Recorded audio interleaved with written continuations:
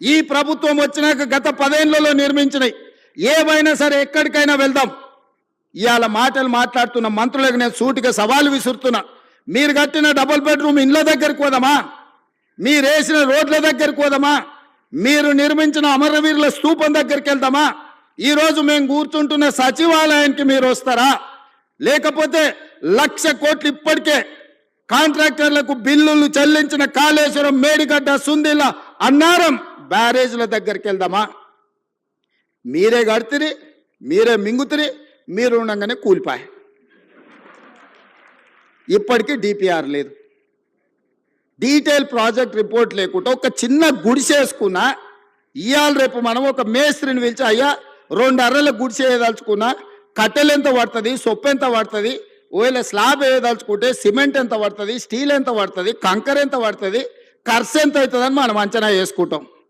ఒక్క అర్ర ఇల్లు కట్టుకోవాలన్నా, చిన్న పాండప పెట్టుకోవాలన్నా ఒక ప్రాజెక్టు రిపోర్ట్ తీసుకుంటాం మనం. అవునా? 1,50,000 కోట్ల అంచనాలు, 38,000 కోట్ల రూపాయల అంచనా ఉన్న ప్రాణహిత చేవెళ్ళ పేరు మారి కాళేశ్వరమై రీడిజైనింగ్ పేరు మీద 1,50,000 కోట్లకు అంచనాలు పెంచి ఇవాళకి 1,00,000 కోట్లు చెల్లించిండ్రు. 3వ టీఎంసీకి ఇంకా పనులు పూర్తి కాలేదు. ఇంకా రిజర్వాయర్ల విషయంలో కొండపోచమ్మ మల్లన్న సాగర్ గురించి ఈరోజు వాళ్ళు మాట్లాడుతున్నారు. మల్లన్న సాగర్లో ఈరోజు నిపుణులు చెప్తున్నారు, జియోలాజికల్ సర్వే ఆఫ్ ఇండియా వాళ్ళు, అది ఎక్కడైతే నిర్మించిందో భూమిలో వర్టికల్ ఒక చీలిక ఉన్నది.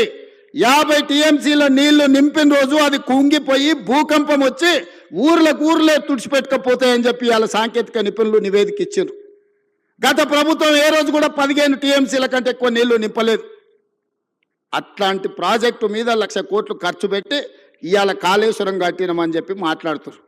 నేను ఒకటే అడుగుతున్నా, ఈరోజు జరిగిన ప్రాజెక్టులో జరిగిన కమిషను ఈరోజు సాంకేతిక నైపుణ్యం మీద కొంతమేరకే విచారణ చేస్తుంది. బెస్ట్ సాంకేతిక నిపుణులను నియమిద్దాం.